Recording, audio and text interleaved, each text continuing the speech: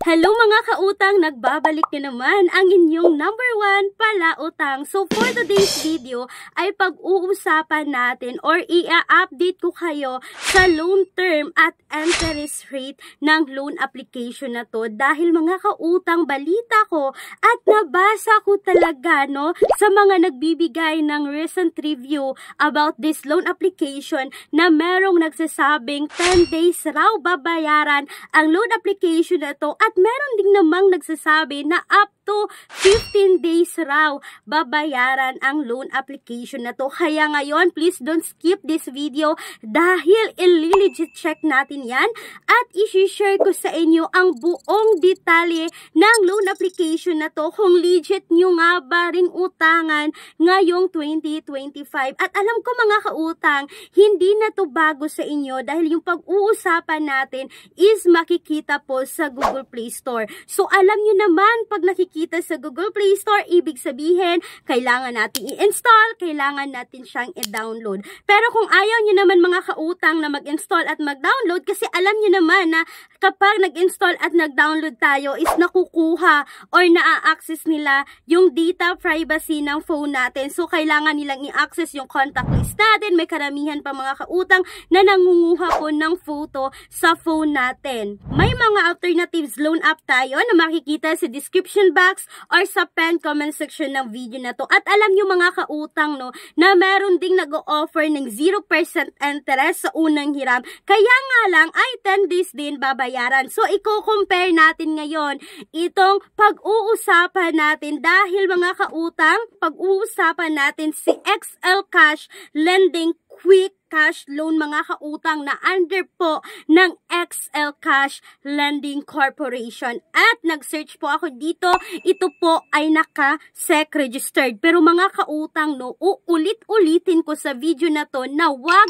magpapaniwala sa mga loan application na naka-SEC registered. Kasi kahit naka-SEC registered mga kautang ay nakalusot pa rin yung mga loan application na ang lalaki ng interest rate.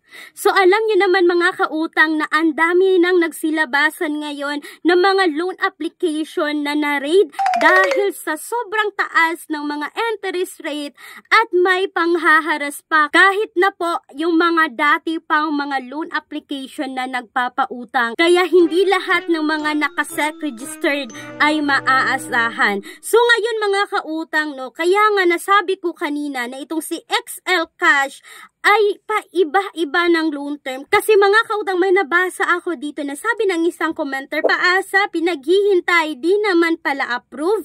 Huwag na kayo mag-apply. Masasayang lang oras niyo. Sa 2,000 na loan mo dito is meron pong service fee na 300. So yung makukuha mo na lang dito is 1,700. Tapos babayaran mo ng 10 days mga kautang. Tapos sabi dito, kunwari lang pala na 2 terms yung sabi. Pero hindi mga kautang 10 days lang po pala talaga siya. So, ito din yung sabi ng isang commenter, fast approval, 2 terms of 15 days each at an average of 1.47% per day lang daw yung interest dito. So, yan yung patutunayan natin for today's video dahil sinubukan ko talagang utangan ito loan application na ito mga kautang at makikita ninyo na 50,000 yung offer. At alam naman natin na hindi talaga legit na 50,000 mga kautang At ito na yung mga valid ID na pasok dito, driver's license, PRC, SSS, passport, postal ID at humid ID. Yan yung mga highly recommended IDs nila. So may mga other options pa naman like TIN, voters ID, national ID, pag-ibig at health card or PhilHealth ID. So mga kautang as usual, kailangan natin mag-upload ng photo na ating valid ID dito at meron silang face verification. Kailangan din nating maglagay dito ng contact information. So itong loan application na to is nanghihingi po ng 5 contact person at mag-ingat kayo sa ipanglalagay nyo mga kautang kasi alam naman natin yan. Proceed na agad tayo sa disbursement channel na mayroong pagpipilian, Coins, GCash, GrabPay, Lazada, PH at PayMaya. So makikita nyo na ngayon na 2,000 yung credit limit na bigay sa akin ng XL Cash Lending na makikita nyo na multiple terms option, mayroong 2 terms at 3 terms. So mga kautang, pag-click ko dito ng terms terms nila is nakita ko talaga na 15 days na ngayon itong si XL Cash. At please take note ha, hindi mo makikita ang buong details ng loan application na to. So sa 2,000, magbabayad ka ng 2,280 sa loob po yan ng 15 days. Ang tanong mga kautang, sa 2,000, magkano kaya yung loan deduction dito? So eto na nga mga kautang, dyan mo pa makikita yung loan deduction dito kapag kayo po ay nag-proceed na. So pagkatapos kong i-proceed ito, no, sa 2,300 po yung deduction dito. Tama yung sabi ng isang commenter kanina na sa 2,000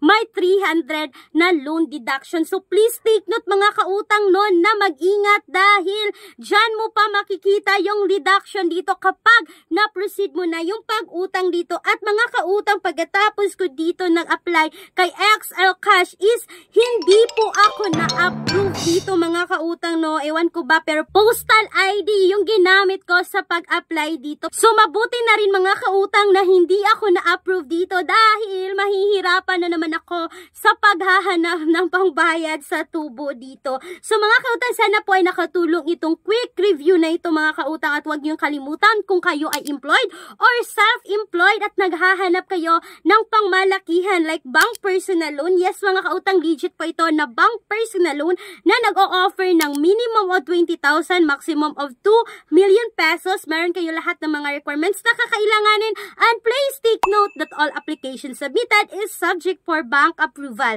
Once again mga kautang, this is Clarice, ang inyong number 1 pala utang, dahil utang is life. Bye bye bye mga kautang!